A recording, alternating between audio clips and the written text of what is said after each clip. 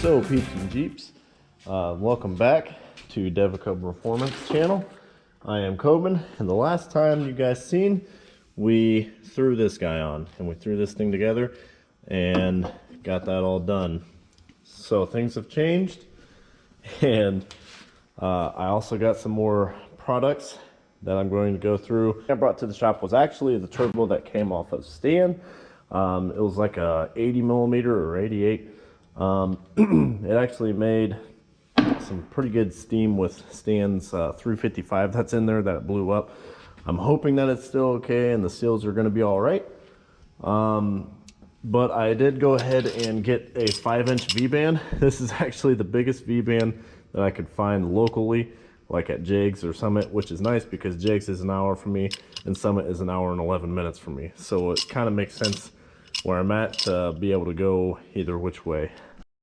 But also, like I said, what I'm going to be end up doing with this and that turbo is going to be running a 5-inch dump and then a 6-inch full exhaust all the way to the freaking back, and not do this mumbo jumbo crap that everyone does, like, oh, I got a 4-inch exhaust with a 6-inch tip. No, I'm going to make it dump out through there, but more on that later. So the things that I bought was actually that. I bought the V-band clamp, and I've been keeping all the receipts, and every time I go to the store I just throw them into the passenger side floorboard so that I can grab them up later. Just a couple of things that I actually had to get from Harbor Freight, baby. I actually went and got these from Jags, the quick release dealy majiggers, and this nylon hose, which is going to be super nice and super sleek to run from the bags to the tank, and a whole slew of connectors and fittings. I got reducers, exducers, a show-off valve, and some croissants. And I actually have my sway bar links, which is probably what I'm going to do first, because I know this is going to be the easiest thing to do. It would just be nice to knock these out. If you guys remember, the ones that I took off of the lower control arms were a no bueno. They just didn't work. Alright. Okay. So, this little dealy in here, there's a little spacer in there, a long spacer actually. I might have to grind that down or cut it off some way or another. I'm going to go ahead and put this one in just to see what it's going to end up looking like. Good my gosh. Oh, that is so much better. We have lights upon us. We have many lights upon us. Okay, now I can see what I'm doing. Most importantly, you guys can see what I'm doing.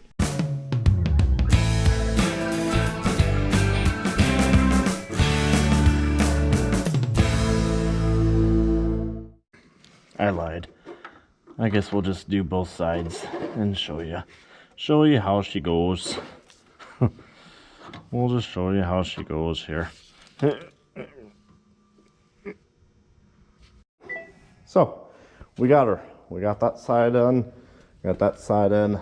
Hit her with the impact now, boys. I knew I'd find it.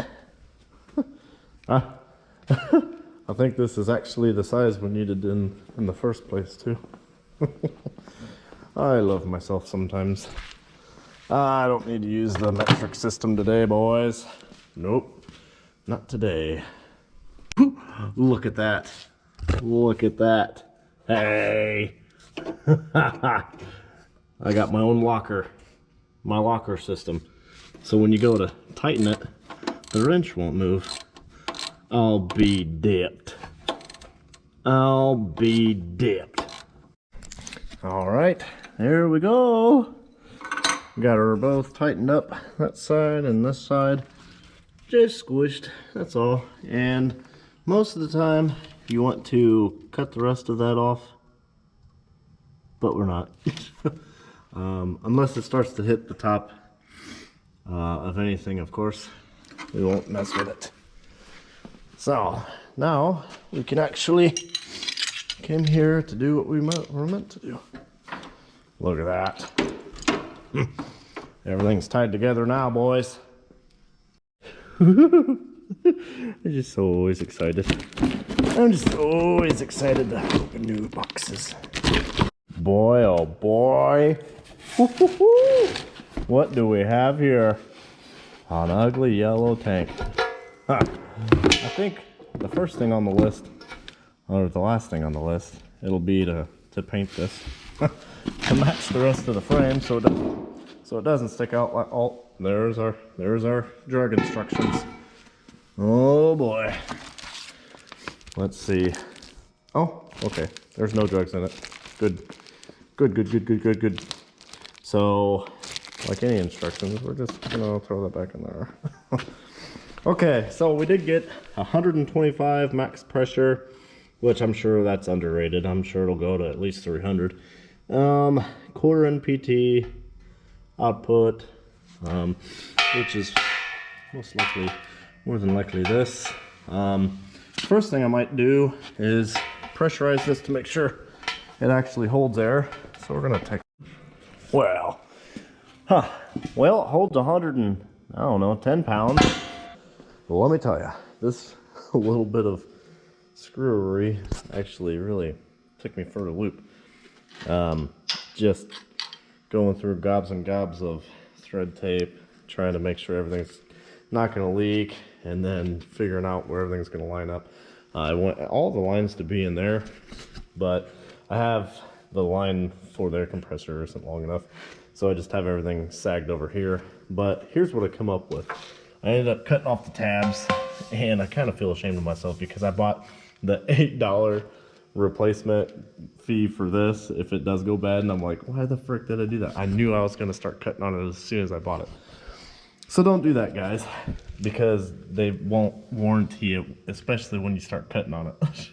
And some of you might notice, you know, oh my gosh, why didn't you grind the weld down more? Well, it's because I'm lazy and I don't trust China steel that much to be going ahead and grinding down any material on it other than the tabs that they welded on there. So I ended up running a 1/2 inch line. This is what I already had laying around the shop. And I ended up just kind of briefly making a little jig.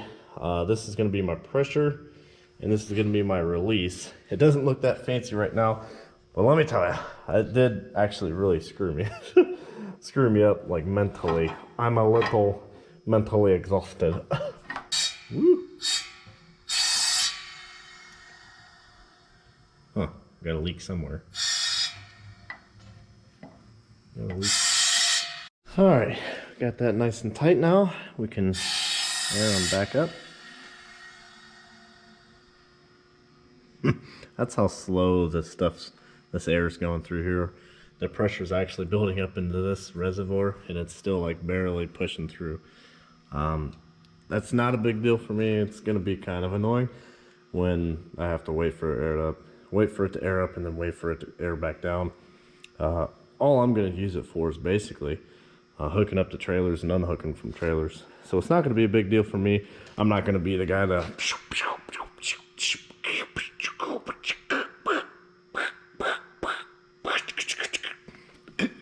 yeah, I'm not going to be that guy. So I just wanted to kind of see where these bags would be at, or where the tank's at. It's actually rocking out on 140 pounds. So these bags are got some freaking pressure in them.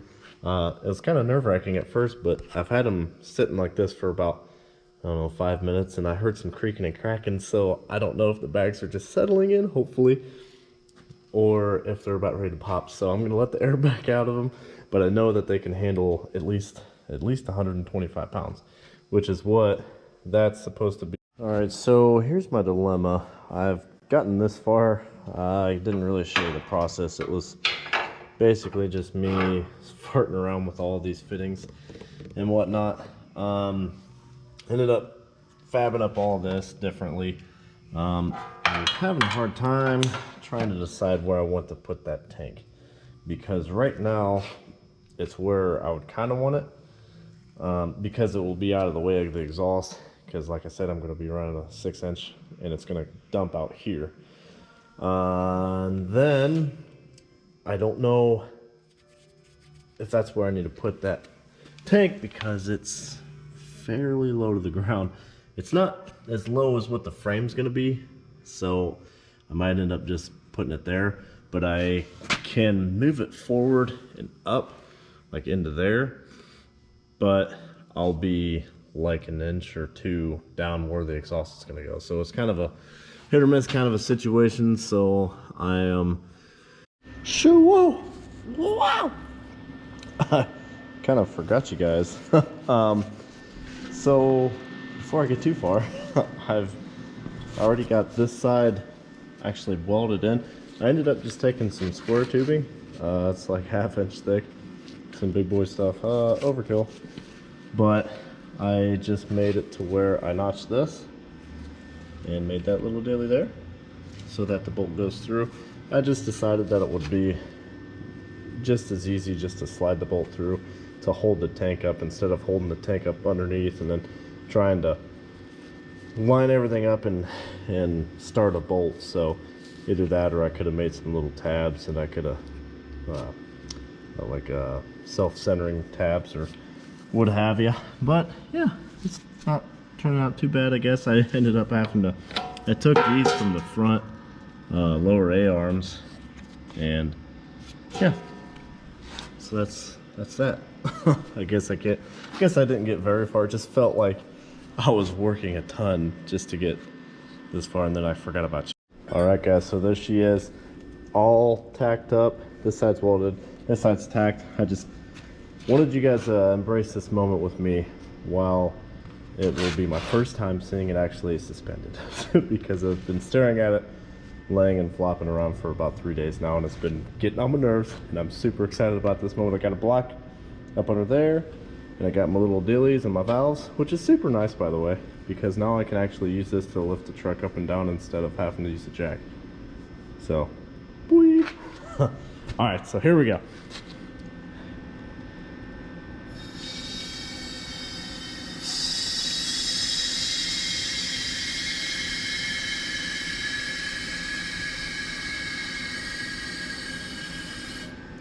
Hot dog.